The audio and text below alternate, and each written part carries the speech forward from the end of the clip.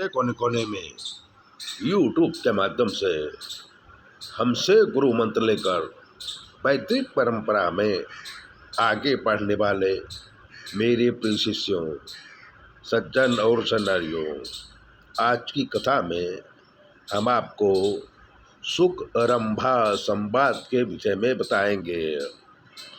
सुखदेव जी और अप्सरा रंभा का संवाद बहुत प्रसिद्ध है। सुखदेव जी जन्म से ही सिद्ध योगी हैं, निर्विकारी हैं। उन्हें देहाभिमान बिल्कुल नहीं है। स्त्री और पुरुष का वहाँ भेद नहीं है। सुखदेव जी पूर्ण ब्रह्मलीन है। अप्सरा रंभा को सौंदर्य का प्रतीक माना गया है। कोई स्त्री के रूप का बखान करना हो तो कहते हैं कि ये तो रंभा जैसी है। ऐसी उक्ति वर्षों से चली आ रही है। अप्सरा नारी में रंभा अति सुंदर है और पुराने शास्त्रों में उनके सौंदर्य का वर्णन भी मिलता है। कदली स्तंभ सदृश जंघा यश्च रंभा, ऐसा किसी कवि ने कहा है। हमने कभी पढ़ा था। तो मित्रों, ऐसी सुंदर जो रंभा है वो एक दिन सुखदेव जी को मोहित करने के लिए सुखदेव जी के समक्ष प्रकट होती है। सुखदेव जी के सामने आके वो उन्हें मोहित करने का प्रयत्न करती है। अपनी खुशबू और शरीर की बनावट को अनेक प्रकार से दिखाया, पर सुखदेव जी पर कोई असर नहीं हुआ। तब रंभा सुखदेव जी से बोली कि नर शरीर पाके जिसने सुंदर स्त्री का सहवास नहीं किया उसका जीवन व्यर्थ है। वृथा गतम तस्य नरस्य जीवनम। तब सुखदेव जी बोले कि जो पुरुष नारी के सौंदर्य को नहीं भोगा उसका जीवन व्यर्थ नहीं जाता।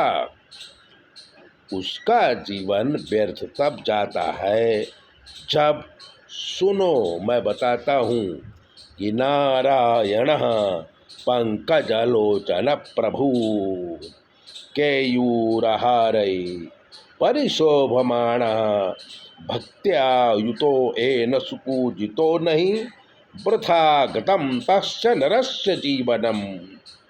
कहते हैं कि केयूर आदि मालाओं से सुशोभित कमल के समान सुंदर लोचन वाले, जिसके वो लेचन है, ऐसे परमात्मा नारायण की जो पूजा नहीं करता उसका जीवन व्यर्थ जाता है।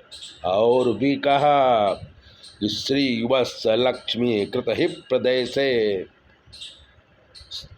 तार्क्ष ध्वज शंख चर परमात्मा न सेवितो एन क्षण मुकुंदा वृथा गतम तस्य नरस्य जीवनम। जिनके हृदय में लक्ष्मी विराजमान है, हाथ में शंख चक्र गदा पद्म धारण किए हुए हैं, ऐसी परमात्मा नारायण की जो भक्ति नहीं करता उसका जीवन व्यर्थ है। रंभा सुखदेव जी की बात सुन हंसने लगी और सुखदेव जी को लुभाने के लिए अनेक भाव प्रकट करते हुए नृत्य किया, अपने शरीर के अंगों को दिखाया, अनेक प्रकार की चेष्टा किया, पर सुखदेव जी का मन नहीं ललचाया। और सुखदेव जी बोले कि मैं जन्म से योगी हूँ। मुझे नहीं पता था कि मानव शरीर इतना सुंदर भी होता है। अब मैं अगला जन्म लूँगा तो तुम्हारी कैसी माँ ढूंढूंगा। रंभा हार कर चली गई और बोली कि जो निरंतर ब्रह्म का चिंतन करता हो ऐसे परमहंसों को कोई भी स्त्री आकर्षण नहीं कर सकती। सुखदेव जी तो परमात्मा के सिवाय किसी का भी ध्यान नहीं लगाते। स्त्री और पुरुष के संबंध के बारे में बहुत सारी बातें सुख रंभा संवाद में पाई जाती हैं जो भोग और युग के विषय में है। तो ऐसी बातें जानने के लिए चैनल को सब्सक्राइबर कर दीजिए, लाइक कर दीजिए। अगर आप ज्योतिष दिखाना चाहते हैं तो 9825200108 पर फ़ोन कर लीजिए।